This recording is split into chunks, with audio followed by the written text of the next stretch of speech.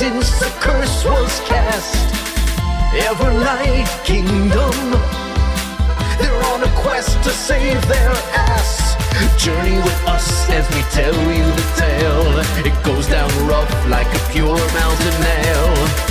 Everlight Kingdom, down at Everlight. After presenting proof of their success to Slapdud Orbach, the Cursed Ones were met not with gratitude, but threats and violence. Slapdud, realizing too late that the camp they eliminated wasn't the source of his troubles, discovered the true culprit, a Cyclops prowling the woods, one the Cursed Ones had already encountered. Instead of offering additional rewards, he cornered them and demanded that they kill the beast if they still wanted payment. When they refused, Slapdud killed Francis in a brutal show of force. In the afterlife, Francis met a mysterious figure who declared that his purpose was unfinished. The figure warned him to stay away from Gloria, Institute of Magics, offering no further explanation before sending him back to the mortal realm. Reunited, the party devised a plan to escape Slapdud's orders, persuading Tasrel, the village shaman, to accompany them under the pretense of needing his aid. Smuggling him out in a wooden chest, the Cursed Ones fled Moddo, vowing never to return. As we're walking, I want to kind of tell everybody what my weird vision I had when I died. Specifically not to trust the tower or Galeria. We go to Fortune Cavern Tower. Or back to Mid-Valley. I think we should just focus on getting this potion made up. That's the main thing we do right now. Yeah, we get it made as we're going. I think Mid-Valley is going to be the closest town that's not the opposite direction we need to go. I don't know. Well, there's this little place above the Meadow. Honeybee Meadow. That is a farmstead that Sybil, the advisor of Mid-Valley, pointed you to for horses. Let's start heading there. Yeah, good call. I remember as we make up a few miles down the road, I'll let the work out of the chest. Sure. So you can start working. Right. Can you work while we travel, or do you need to stop? Can we facilitate you in any way? What do you need? He goes, is there a cave somewhere nearby that you can place me in? How long do you need? I need at least 5 hours. Okay, so I recommend we go to the town first and then start there. That way we're at least in a secure area. Yeah, let's do that. So if they start looking for us, we're not right next to them. So why are we being so where's the shaman makes this stuff for us? We don't keep the shaman around, or? No, that's if you just... Maybe he's so friendly. Depends on how friendly he is after this. He likes me. We might not need to talk too loud. I'm gonna tell him that my echo is the ghost of his son. So right now he thinks we're his friends. I don't think we should. I think we should also just be acting like he's our friend. Just be his friend. And then when this fits out, maybe he will be our friend. It's kind of like duplicity. Maybe. With a charm version spell, when the spell fails, they know they were charmed. It doesn't say anything about that on suggestion. Eventually it just ends. Right? Yeah.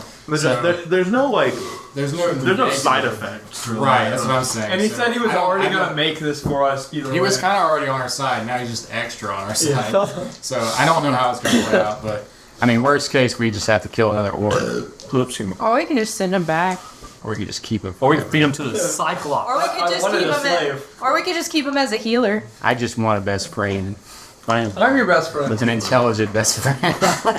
Say best friend. Hi, best friend. What is your real name? Tasrel? Casserole? Casserole. No, it's Tasrel. Tasserole. Alright, Tasserole. So what, how this orc camp get started? Well, we were here before Everlight was ever founded. Really? Are you happy there? Does it really matter? Yeah, if you had an opportunity to not have to go back, would you take it? He looks and he thinks about it for a minute and he goes, I don't think I'd want to go anywhere. Not back, but not anywhere else. I think I would just like to... Live your days in peace? I want to just die looking at the sunset. We can make that. Don't kill him. You grab him by the shirt and I'm like... That's not an invitation. No fucking strangling. All right, buddy. He said peacefully, damn it. It was peaceful. I didn't even know what hit him. Oh, it's me. I missed. Gotta keep going. Look at the rabbits, George. Look at the rabbits. Look at the flowers. So how'd you come about making a cure for this curse? Like, how did you... Yeah, you see this often? So the curse of extinction is an ancient... That's what it's fucking called? That doesn't sound good. Yeah, the curse is ancient. If you really want to learn more about its effects, you got to do some real digging. In fact, many people nowadays believe that the curse of extinction was a mistranslation, just meant to mean something else, because it's an old curse that's usually uttered in deep speech, and you typically find it more in evil warlock spell books and stuff like that. So it would probably have to be... We would be able to find it in some sort of evil warlock spell book, or... And not any normal translations. You'd have to go back, like, way back to before they were even translating it to common, and you'd have to find someone who's really proficient in deep speech.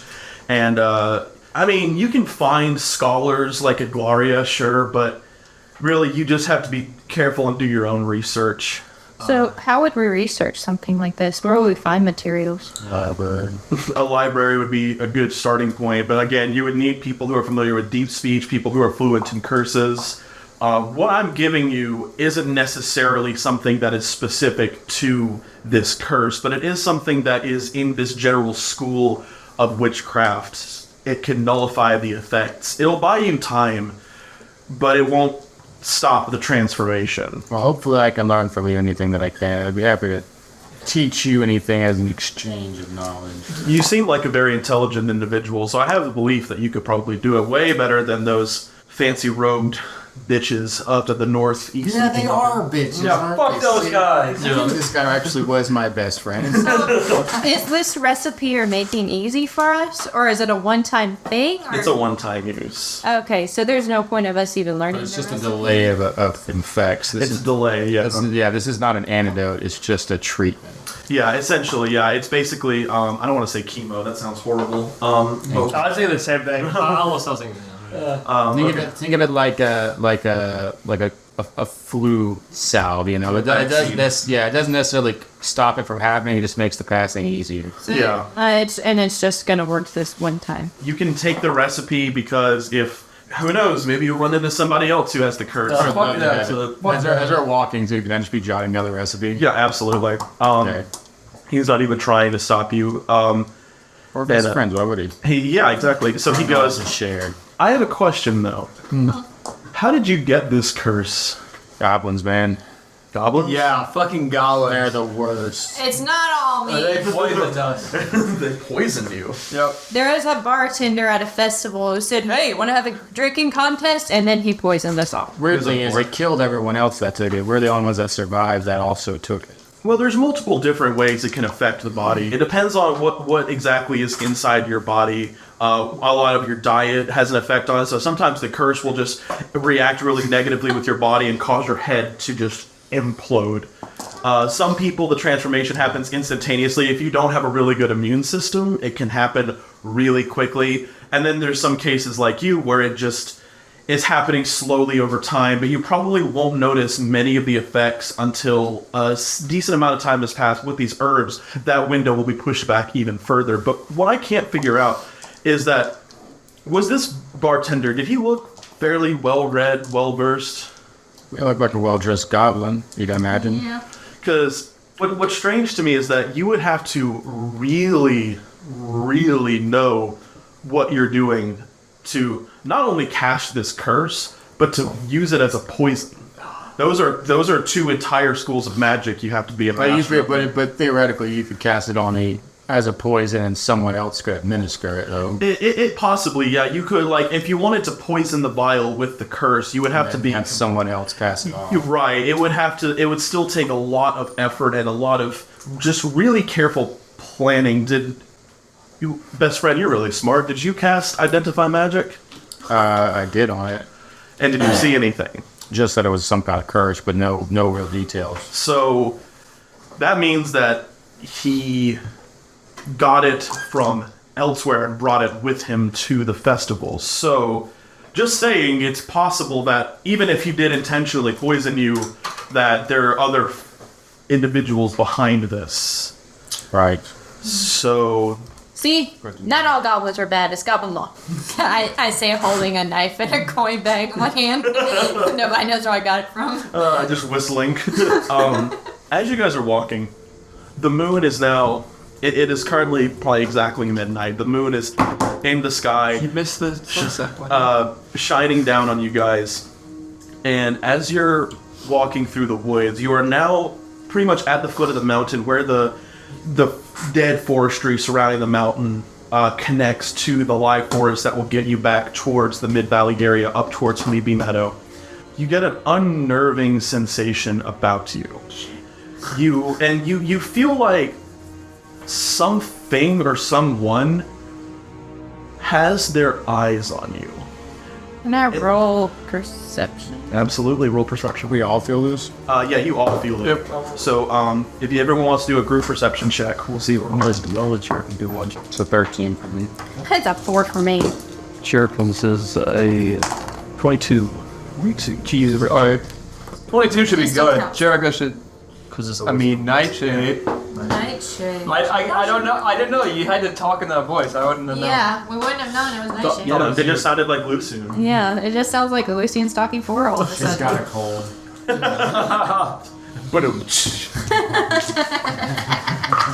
You guys just barely make it. You look into the forestry. Some of you try to see where it's coming from, and you look for eyes, you look for motion, you look for anything. It's difficult until finally you adjust your gaze behind you, and slowly emerging from the trees is a very familiar looking dwarf. You see Aiken Stone, the dwarf cleric that you were with at the Mid-Valley Festival. Emerging from the thicket, he is fucked up. He looks like he has gotten the shit beat out of him, and his skin is black, and his eyes are as well. His entire body looks similar to the zombies that you witnessed at the Mid-Valley Festival. But he's still wearing his armor, and he's dragging his hammer slowly behind him. And you hear the bones cracking, and you hear. And you also look, and you see that his arms have split and are now doubled. One is wielding the hammer, one's hand is missing, and the other two are just kind of slouching. And he slowly approaches you, shambling closer and closer.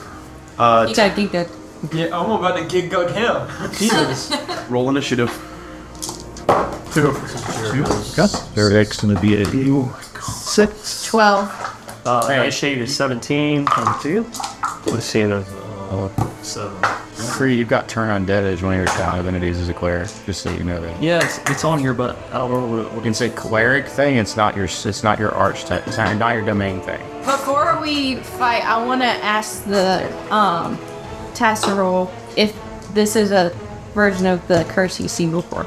He looks at it and he says, if I were to describe to you what the Curse of Extinction looks like, I would point that. Okay, cool. And then we can find out. Yeah, and he goes and kind of just ducks behind. I would just kind of tell everybody, don't let anything get to him. Yeah, he goes and hides behind the chest. I want to put my echo on guard. I want to get it. We put him in the chest, would that give him protection? Yeah, can we put him in the chest? You can use one of your actions to do that, yeah. Oh, You got to use a voice action to tell him to get in the chest? Yeah, sure. I feel like it's safer than behind the chest, but I may be wrong. I want to ask him if he's okay. He just looks at you and, well, he understands. He speaks whatever language he spoke in real life. And he's gonna go for Lucian. Come on. Alright, so he just hits you. You have your sword at the ready. He starts kind of shambling towards you and then kind of starts running, and he uses all 3 of his hands to wield his hammer back. And he goes in, you use your shield to block the attack. The hammer makes contact with the shield, forces it down, and then kind of clocks you right in the knee, dealing 4 points of damage. And next in the order is going to be Nightshade. Just changing tool. Direwolf as a bonus action and attack. Action roll his +5. 13. 13 does not hit. So as soon as she sees the shield hit and make contact with her knee, she tries to lunge at him. She does that eclipse thing. She jumps as human form and goes. Yeah. Exactly that. And he uses one of his arms to grab her by the scruff of her neck and throw her down. And Pebbles, you're next. Alright, and I'm gonna sneak attack. Go for it. 17 plus 5. Plus 2d6 for your sneak attack. Does a 22 hit? Yes. 22 hit, and then a 11 damage. Damon. So as soon as he grabs Nightshade, you used your short sword? Yeah. You run up behind him and slash him in the back. The sword cuts straight through, and he kind of like arches his back like in just sort of sharp pain. Next in the order is Lucian. Alright, so bonus action. I'm gonna cast Shield of Faith. Plus 2 to my AC. And that makes you a 20. I guess you're just gonna kind of see some blue word coming off of me, and it's gonna give me a little bit of a boost. Okay. And then as an action, I'm gonna use Afflict Wounds. I'll level 2, so I'm gonna cast for that. It's plus 5, so it's 19. 19 just hits. 21 points of damage. 21 points of damage. 80085. All right, next in the order is going to be Francis. Do your magic. I am sure that's firebolt. It's 16 on the dice, so we had 21 to hit. That's it. Okay. 7 damage. Firebolt appears in your arm. You chuck it like a fucking like you chuck it like a spear, and it pierces straight into him, and the fire kind of consumes his armor. You see his flesh getting burned. He does not react well to the flames, and he's pretty bloody. He's not in good shape. Next in the order is going to be Mech.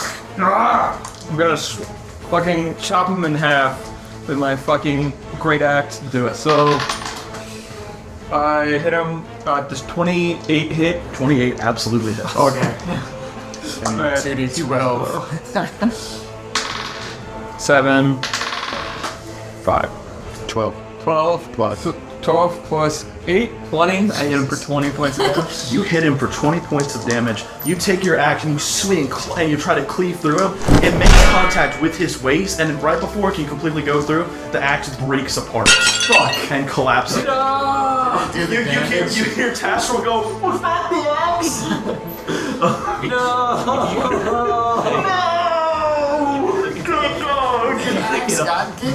Alright, now we're back at the top of the order with Did the damage at least? Or no? Oh, it did the damage, yeah. It absolutely did the damage. But it's now stuck into his waist. Broken.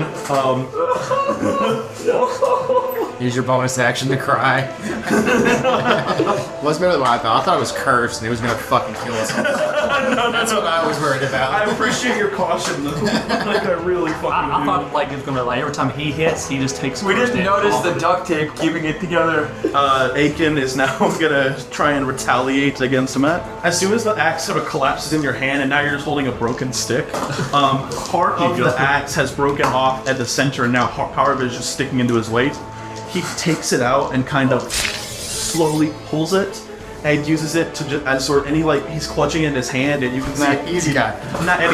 it's piercing his skin and blood is dripping out from it. And he swings at you and deals 12 points of slashing damage. I'm glad everyone else is up close and between him and me. I should be fine. I know what I'm doing on my next turn. I'm fucking teleporting. Gingo. That's right. He's smart with him. He's Nobody uses it. Okay, this is gonna be Nightshade. Is that a 1? Or that's a 1. I rolled a 2 and a 1. What is an advantage? So at least take the 2. It's a 7. Nightshade, Nobody tell her, please. Nightshade lunges at him. He takes the axe piece and holds the blunt end and uses it to block her blade. She bites down onto it. He just sort of tries to wiggle her off and then just chucks her again. And she drops the axe piece, so he no longer has it, but she does not attack. You will not be allowed to play her character She will after not. this. Hopefully she will listen to this podcast. I need to start even heard this. Hopefully she won't listen to this. I rolled a Okay. 24. 24 hits. 16 damage. I want to cut off one of his arms. Okay. So after he throws Nightshade back, as soon as he kind of extends his arm to throw, you grab it back and hold it, and he tries to break free of your grasp, but then you just sort of pop it off. And the half of his left arm kind of falls to the ground. I'll just use guiding bolt for his face. Oh, just go. It's a 6. All right. You hold out your hand, you get the guiding bolt ready to cast, and right before you do, Nightshade just sort of comes flying at you from where she was thrown and sort of interrupts your spell, and you just wind up casting into the sky. It sounds cool. She thought you were trying to play fetch. Next in order is friends. Move kind of around just so I'm fully blocked Fight like a man. I am from here. Hey, he's not hurt. Yeah, ain't no bitch, but I ain't stupid either. I'm gonna cast Chromatic Orb on him. Okay, do it. Oh my god. It's gonna be a 19 to hit. You got it. And it's gonna be fire damage, so pick the damage type. It's gonna be 14 damage, all fire damage. Okay. Fire basically just combusts and blasts him back, and he is fucking clinging on to dear life. He is battered, he is bruised, he is sliced, he is just barely hanging on, and he kind of tries to still stand his ground. Back. So I'm gonna hit him with my normal great axe. Okay. The one that won't break. Maybe. No. Man, it's weird. Every time you hit Aiken, your axe just your weapon just breaks. He's got immunity. But don't wait, It's got anti-axe armor. It's a dwarf. It's just a thing they have. Does a 7 hit? Absolutely not. You take it So and you try. He kind of, as he's sort of holding his ground, he picks up his axe with his remaining 2 arms. That's a weird statement. And you go to and his hammer clashes with your axe. You're balancing, trying to use all your force to move his hammer out of the way so you can get some slashing in on his face, but you manage to kind of throw it back. I want to go shit and TP to my trade places with my echo. That's your bonus action. Yeah. Yeah, hell yeah, hell yeah, hell yeah. So he I go, fuck. He gets ready to swing back at you and go, fuck. He's like, wait.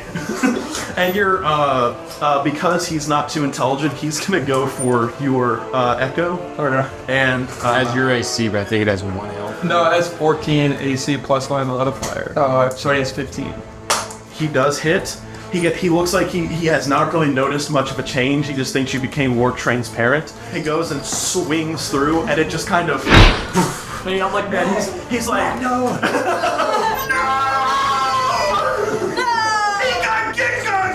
and then you start laughing like, oh, shit, right there. Yeah, what if you don't tell Lucian and after the battle he's like crying and you come up behind him? I can't heal dust. You're like, he's done. After he swings through it, and it just kind of dissipates, Nightshade is up next. She's gonna try to Try it. Try it. Keep going. Okay, that's a 19. Hey, there it is. 5, and it's gonna be 5 damage. Okay. As soon as he swings straight through and realizes that he basically just obliterated Matt with one fatal swoop, he looks at his hammer really confused, and he doesn't realize Nightshade flying in from stage left just starts to just bites into his jugular, and he starts fighting and swilling and patting at her. She digs in with her teeth, and so finally you see his arms swatting kind of slow, and you just hear. And That was a beautiful sound. thank you. It goes. You see, they can go limp and lifeless. Oh, scream to say hi, guys.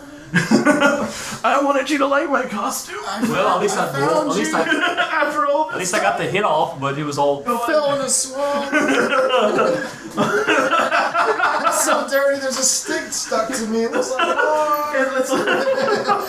so Tash will kind of Make him out. Let him out. Yeah. So as you go to let him out, you kind of take a deep breath and you calm down, and you open it up, and Tashel's kind of cowering in the corner. Brother, we would never let anything happen to you. I believe you, but you made a lot of noise, and then you feel tremors through the earth. Alright, I'm gonna go.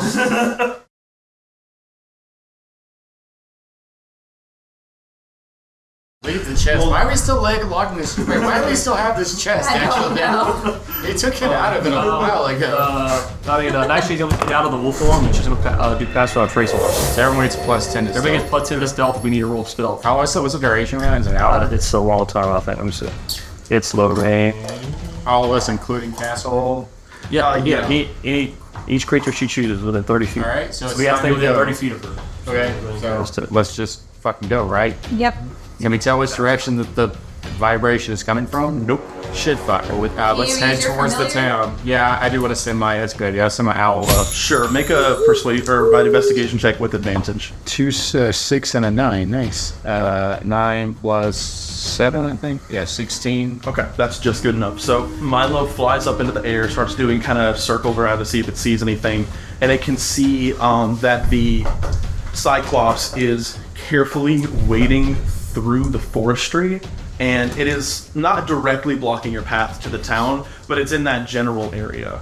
It's clearly a little confused and looking, it clearly does not have the best depth perception. Yeah. So what you got? How far away is he? I would say he is probably Avoid him or sneak attack? I didn't take him out. That's he goes somewhere else. a mile away, but moving at quick speed. So he's like, so we're like here, town is here, right? For the sake of this argument. So it's kind of, He's going like this way, or is he? What is that? he's kind of going up that way, Up like across. He is sort where of we are. to He's the just- right, but not immediately. He's not headed towards us. Though. No. He's headed across. Right, he's heading across. You're just Wait for him to leave. Can we do a short rest and regain our health? Yeah, but you guys will have to make a Stealth checks. So other plus 10. I mean, we're pretty far away from him. I say we just wait for him to pass since he's not walking towards us, and I'll just keep Milo up in the treetops, just keeping an eye on him, so we'll know if he changes direction. So we might as well do a short rest. So you gotta do a stealth check. Yeah, everyone. I want everyone just to be safe. Do a stealth check. Stealth check. Plus 10. All right. Yeah. Yes, because the plus 10 for the thing. So How's it? So it's plus 10 plus our modifier and then plus 10, isn't it? I made it. Right, so you add your own modifiers plus too. 4, you add that plus 10. And So you add 10 to for whatever. her right now, it's 13. She adds. Right. Gotcha. Okay. Mine's 32. But yeah, mine's gonna be a 22. I'm at 2. The purple is mine. The other one's for. Oh, she rolled a natural 20. Mine's is plus 3. Mine's a 15. 15. Hers a natural 20 plus 13. Hers is 32. Roll out. Mine Yeah, is also 18. 32. 30. Yeah, with the modifier. No, plus 30. Hers is 35. So you add the 10. You're already- Okay. Oh, 10 to it? Then Yes, I made it so- 28. It's passed without trace. So you rolled an 18. Yeah. That's why that passed without trace is Pass awesome. without trace adds a 10 to Oh, so I whatever. made it 28. Do we have to roll for? That should be. We're all well over. Oh no, I have to roll for critical. He gets a plus 10. Plus 10. Plus whatever his We're all stealth well is. over 20 so far. Okay. Okay. What is a plus 10? I can't add plus 10 to a natural 1. Can we? So what does he do? So Fucking. he sees the Cyclops. That box casserole. So he as he's walking, as he's kind of trying to hide, he looks over to his right, and he notices a piece of a torso, and he recognizes the torso. Yes. And he realizes what it is because he remembers. His skin is sort of very close. Yeah, he would. Yeah. Well, also he put a little heart on his son's armor to just let him know his dad loves him because he's that kind of dad. And he looks at it and he realizes that it's Giggugs, and he starts freaking the fuck out. Francis, Lucina, if you guys want to do something, this would be the time to do it. I guess I'll command them to be quiet. You know what I mean? Like this. You just say one word. Yeah. So just quiet. Quiet. Or sleep or. All right, so he's got the rolls. Can we wisdom save with 13? I'm sorry, guys. Well, we shouldn't have let Wait, you hold on, roll. because Go ahead. what do you try to fight the command? The thing about the spell is it's an unwilling creature has to make this save. If they're a friendly creature, I don't know if that. Because If they're unwilling. yeah, He's friendly, but if he's trying freaking to, out. If he's trying to, Right. yeah, If he's freaking out, I don't think he's willing. Yeah. because sometimes Be you just let quiet. it Otherwise, happen. he'd be Yeah, quiet right now. He starts just sort of.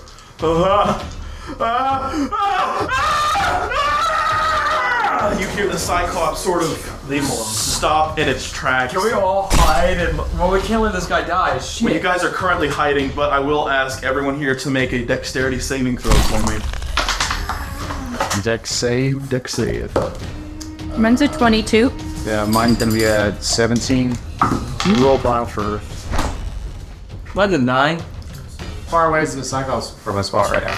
So in the time that you've hid, it does not take it long to walk a mile. His feet are like a mile It's long. enormous. It's like the shadow of the Colossus size. Kind of, Mine is 12, and hers is 12 as well. 12? Okay. Alright. We can't let this guy die, so We need to put him back in the box. I have something to do whenever. God damn it. Francis, do you still have? Can you still cast shield? Yes. If you want to try and use it real quick, you can to avoid me. I don't know if that's. What am I avoiding? Yeah. So basically, you look up to the sky and you see a giant wooden club the size of a tree quickly descending towards this general location like it's whack-a-mole. Okay. And so I don't know if we can retcon that. I've been watching it with my house. And what I was going to say is whenever he's within a distance of me to shout a suggestion spell at him, that's what I was going to do. Okay, go for it. So I'm shouting a suggestion spell. He's got to make a DC 15 Wisdom. Somehow he did pass. Did that? So again, do you want to cast shield? Yeah, we'll use shield. Okay. We need to hide it. Everybody except Pebbles is gonna take 19 points of bludgeoning damage. Shit. Except for Francis. Plus, did I make a save or not? You're good. Because if it's +5, then yeah, you're good. Okay. So we all fill our deck save. Yeah, you guys. Just 19? under wood. 19. It's 19. Okay. I am at 8. And also fuck, I forgot to roll for Tassel. Then he used it. Now we're in that fucking. Pebbles, as you sort of, forgive me if you don't want to actually do this, tell me, but I'm just gonna say, as you sort of jump out of the way, you grab Tatsrol and yank him with you. Sweep. And the club just misses. You hear, Can I tell Tassrol, as your friend, I need you to hide back in this trunk, yes, absolutely. and then like try to Make a persuasion check with advantage. and then I want to try and drag it a little bit further into the woods where it couldn't be seen. Sure. It's a 17. It's a 17? Yes. Okay, so yeah, that. Oh wait, I'm sorry. It's a 13. I was looking at my performance. Okay. I didn't. That works. So he quickly hobbles over and jumps inside the chest. Okay, and I shut it. It kind of quick. You carefully start pushing it back. Like, come on, you fat son of a bitch! And kind of push him out of the way to sort of hide him. You kind of are behind the chest, giving you sort of cover. And as the trunk lifts back up, Mac and Lucy and Nightshade, you guys are just on the floor in immense pain as it slowly. I know what this feels like. Not again. I want to go ahead and cast my echo. So yeah, so you're on the ground and you're just like, and then the echo is just standing up tall and proud and unfazed. And if the Cyclops could see it perfectly, using like, what the fuck? I guess fog cloud around the Cyclops' head. Do it. 20-foot radius. Okay. Fog cloud that you can't see through. It makes it very difficult. Like it makes towards what's the word? So how I cast that on him and just kind of try to get everybody out. And I cast minor illusion to make as loud of a noise as I can behind him, a direction away from us. Sure. Try to draw his attention in a different direction. Sometimes I'll get everybody up. See if we can just go the opposite way. If this is something you're not actually cool with me doing, like just tell me and correct me. So what happens is as you cast fog on him, he sort of gets disoriented, and Aiken Stone, laying dead out in the open, does undead fortitude and returns to 1 HP, and he sort of starts crawling, and he looks up at the Cyclops and registers it as a threat almost immediately. He picks up the piece of the war axe that Nightshade dropped. He sort of chucks it, cleaves straight into the side of the Cyclops. It kind of hits him sort of like a little sting, but he still kind of notices it, and it sort of looks in the general direction that Aiken is, and Aiken kind of starts to freak out and drops his hammer and starts running away. And around that same time is when Francis casts, and the Cyclops just sees something running in that general direction and takes off after it. He's going off sound. He can barely see. All he sees is a shape moving away from him, and he hears the sound, so he's like, oh, they're that way, and then starts headed that direction. I want to go ahead and shove all my herbs into my mouth. Yeah, go ahead and you just fucking lame. Damn. Like fucking pixies. What is that? A D? The higher one. 10. Alright, 10. Okay, so you heal 10 points. I just tossed one of my bags to Lucian. Okay. The herbs for him to heal some. I just need to sit for 10 minutes so that I can kill a bunch of people for a lot. I'm just trying to get to the Yeah. I just don't want to be sitting on 8 HP. Yeah, I don't blame you. Well, try to get I to have the damn one. farm. He's Sheep at has one. 5. I don't, if we can just get somewhere and sit for 10 minutes, I can heal everybody. Okay, but I'm doing great, guys. Yo, let's get to Yeah, you basically were just, while they were crushed, you were just standing there. Oh, I was just sitting on a box. We watching. need to go get somewhere for 10 minutes so I can heal everybody. Well, we're gonna do that at the town. Even though I know this probably isn't how it works, I like to imagine that when you cast shield, it formed a Francis-shaped dent in his club. Oh, yeah.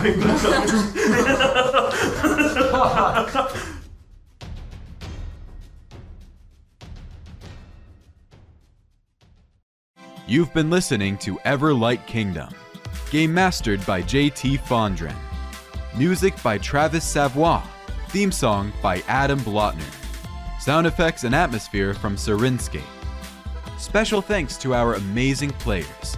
And a big thank you to our listeners for joining us on this adventure. Don't forget to subscribe to Everlight Kingdom and leave us a review. And check out altaloom.com for more RPG podcasts and stories. altaloom.com. Adventures too big for the table.